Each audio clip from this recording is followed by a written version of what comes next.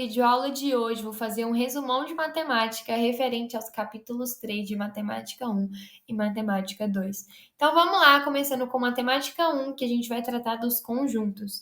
Como que a gente representa um conjunto? Gente, eu posso representar um conjunto tanto por enumeração quanto por propriedade, mas o que seria isso? Vamos supor que eu tenho o conjunto dos números pares. Se eu quiser escrever esse conjunto por enumeração, eu vou listar todos os números pares: 0, 2, 4, 6, 8, 10. Agora, se eu quero escrever o meu conjunto por propriedade, vou escrever assim: x é um número natural e par. Isso que seria pela propriedade. Seria o quê? O que aquele número precisa ser para ele poder estar dentro do meu conjunto. E a gente também vai ter os subconjuntos, que é quando um conjunto que está dentro do outro. O melhor exemplo, gente, de subconjuntos, a gente pega o conjunto dos reais. E dentro do conjunto dos reais, a gente tem o subconjunto dos racionais, o subconjunto dos inteiros, o subconjunto dos naturais, porque um está dentro do outro. Lembrando que eu só posso usar essa relação de subconjunto se todos os elementos do meu subconjunto estão no meu conjunto. E a gente tem relações de pertence e está contido. Quando eu trato de um elemento dentro de um conjunto, ele vai pertencer a esse conjunto. Por exemplo, o número 2 pertence ao conjunto dos pares, porque 2 é um elemento do conjunto dos pares. Agora, se eu estou falando de um conjunto que está dentro de outro, eu falo que ele está contido. Então, sempre que eu tiver um subconjunto, vou falar que ele está contido em um conjunto. Vamos supor que a gente tem o subconjunto dos alunos do primeiro ano e o conjunto da escola. O conjunto dos alunos do primeiro ano está contido no conjunto dos alunos da escola, porque os alunos do primeiro ano são alunos da escola. Deu para entender? Agora a gente tem as nossas operações com conjuntos. Gente, isso é muito facinho. A gente tem a união, que o próprio nome já fala, eu vou unir. Então eu vou pegar todos os elementos que tem no meu primeiro conjunto e vou juntar, somar com todos os elementos que eu tenho no meu segundo conjunto. Gente, eu não falo somar no sentido literal, não, eu falo juntar mesmo.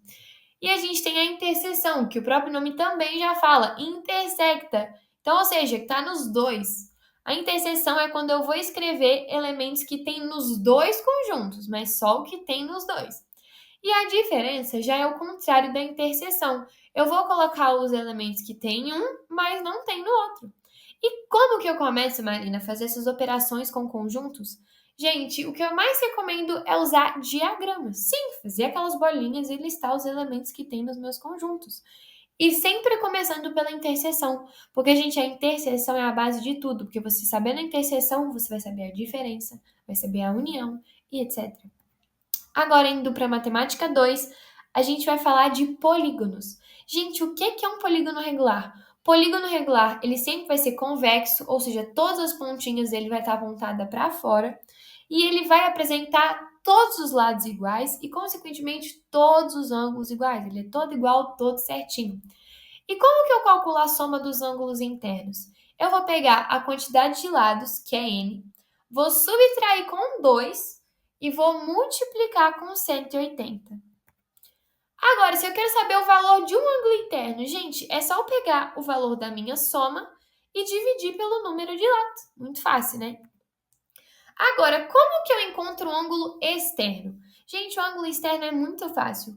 Um ângulo interno somado com um ângulo externo, eles são suplementares, ou seja, a soma deles vai dar 180. Então, se eu sei o valor do ângulo interno, é só eu pegar o valor do ângulo interno e subtrair com 180, que eu descubro o valor do ângulo externo. Ou então, se eu estiver tratando de um ângulo externo de um polígono regular, eu pego 360 graus e divido pela quantidade de lados, porque a soma dos ângulos internos de um polígono regular sempre vai dar 360. E a gente tem os nossos queridos mosaicos. Gente, o meu mosaico, a gente tem os regulares, o semi-regular e o irregular. Os regulares, eles são formados por polígonos de um mesmo tipo. Eu só tenho um tipo de polígono lá.